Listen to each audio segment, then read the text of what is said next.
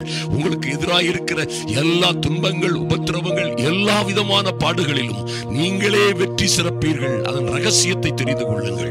பாருங்கள், எரேமியா என்கிறதான ஒரு அந்த அற்புதமான தீர்க்கதரிசியோடு ஆண்டவர் பேசும் பொழுது, எரேமியா 1ஆம் அதிகாரத்திலே பாருங்கள், தாயின் கற்பத்தில் இருந்தே அந்த மனிதனை கர்த்தர் தெரிந்து கொண்டு அவன் உருவாகும் முன்னே அவனை அழைத்து தெரிந்து கொண்டார். ஆனாலும் பாருங்கள், அழைக்கும் பொழுது எரேமியா இப்படியாக சொல்லுகிறார் 6ஆம் வசனத்திலே, அப்பொழுது நான் கர்த்தராகிய ஆண்டவரே, இதோ நான் பேச அறியேன், சிறு பிள்ளையாய் இருக்கிறேன் என்றேன்.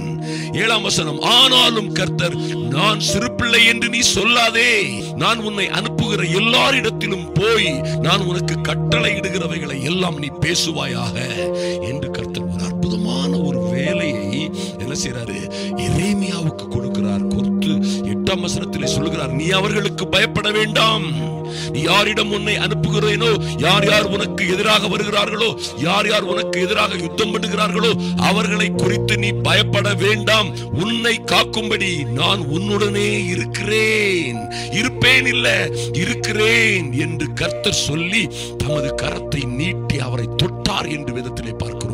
பாருங்கள், கர்த்தர் இப்படியாக ஒரு அற்புதமான காரியத்தை எரேமியாவோடு தொடர்ந்து சொல்லுகிறார். உனக்கு விரோதமாக யுத்தம் பண்ணுவார்கள், ஆனாலும் உன்னை மேற்கொள்ள மாட்டார்கள். ஹல்லேலூயா. உனக்கு விரோதமாக யுத்தம் பண்ணுவார்கள். தேசம் அனைத்தும், பிரபுக்கள், ராஜாக்கள், அதன் ஆசாரியர்கள் எல்லோரும் நிச்சயமாக உனக்கு விரோதமாக யுத்தம் பண்ணலாம்.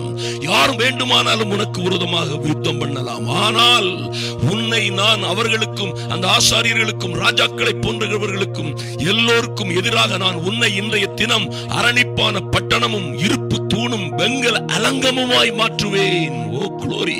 என் அன்பு சகோதர சகோதரிகளே, உங்கள் வாழ்க்கையிலே, குடும்பத்திலே, அல்லது உங்களுக்கு இருக்கிற கோர்ட்டு பிரச்சனைகள், அல்லது நஷ்டங்கள், கஷ்டங்கள், கடன்கள், ஒருவேளை மந்திர சூனியங்கள், எந்த காரியமாய் இருந்தாலும் சரி, நீங்கள் ஒருவேளை பொல்லாத கனவுகளை, தீய கனவுகளை காணுகிறவர்களாய் இருந்தாலும் சரி, ஒருவேளை பிசாசே உங்களோடு பேசுவது போல நல்லவன் போது பேசி உங்களை பயமுறுத்துவதாக இருந்தாலும் சரி, பயப்படாதிருங்கள், பயப்படாதிருங்கள்.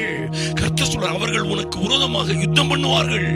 உங்களுக்கு விரோதமாக ஆவிக்குரிய பிள்ளைகளாய் கர்த்தரால் தெரிந்து கொள்ளப்பட்ட சந்ததியாய் இருக்கிற உங்களுக்கு விரோதமாக நிச்சயமாய் அவர்கள் யுத்தம் பண்ணுவார்கள். ஐயா, பிரச்சனைகள் வரும், ஆபத்துகள் வரும், உபத்திரங்கள் வரும், ஆபத்து காலங்கள் வரும், நீதிமான்களுக்கு வரும் துன்பங்கள் அநேகமாயிருக்கும் என்று சொன்னாரே. ஆனாலும் கர்த்தர் அவைகள் எல்லாவற்றிலும் இருந்து என் அன்பு சகோதர சகோதரிகளை உங்களை விடுவிப்பார். அவர்கள் எங்களுக்கு விரோதமாக யுத்தம் பண்ணினாலும் அவர்கள் எங்களை மேற்கொள்ள மாட்டார்கள். நாங்கள் பயப்பட மாட்டோம். எங்களை காக்கும்படி எங்கள் ஜீவனுள்ள சர்வ வல்லமையுள்ள ஆண்டவர், வானத்திலும் பூமியிலும் சகல அதிகாரமும் கொடுக்கப்பட்டிருக்கிறவர், எங்களை தெரிந்து கொண்டவர், அழைத்தவர் எங்களுடனே இருக்கிறார். இந்த பூமியின் முடிவு பரியந்தமும், ஐயா, எங்கள் முடிவு பரியந்தம் மாத்திரமல்ல, இந்த உலகத்தின் முடிவு பரியந்தமும் சதாகாலங்களிலும் தேவ பிள்ளைகளோடு இருப்பேன் என்றவர் இருக்கிறவராகவே இருக்கிறார் என்று சொல்லுங்கள். நன்றாக கவனியுங்கள். 17ஆம் வசனம், இதுதான் ரொம்ப ரொம்ப முக்கியமான வசனம்.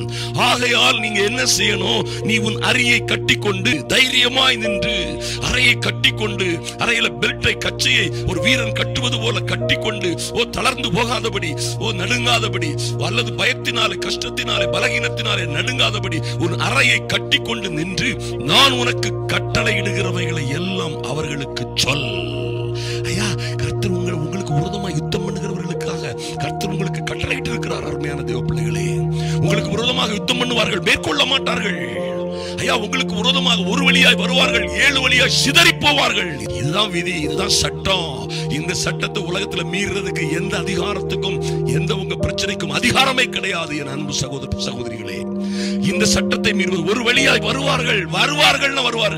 எப்படியா போவாங்க? 7 வழியாய் போவார்கள். எப்படி போவார்கள்? நானே பலவீனப்பட்டிருக்கிறேனே. ஐயா, அவர்கள் பலசாலிகளாய் இருக்கிறார்கள். பயப்படாதிருங்கள். உங்களுக்காக யுத்தம் பண்ணவும், உங்களை காக்கவும் உங்களோட இருக்கிறவர். ஹல்லேலூயா. உங்களை அரணிப்பான பட்டணமும் ராஜரீக ஆசாரிய கூட்டமும் பாருங்கள், இருப்பு தூணும் வெங்கல அலங்கமுமாய் மாற்றுகிறவர் உங்களோட இருக்கிறார். அவரே உங்கள் மதில்களை கட்டுகிறவர். நிச்சயமாய் எந்த பிரச்சனை வந்தாலும் சரி,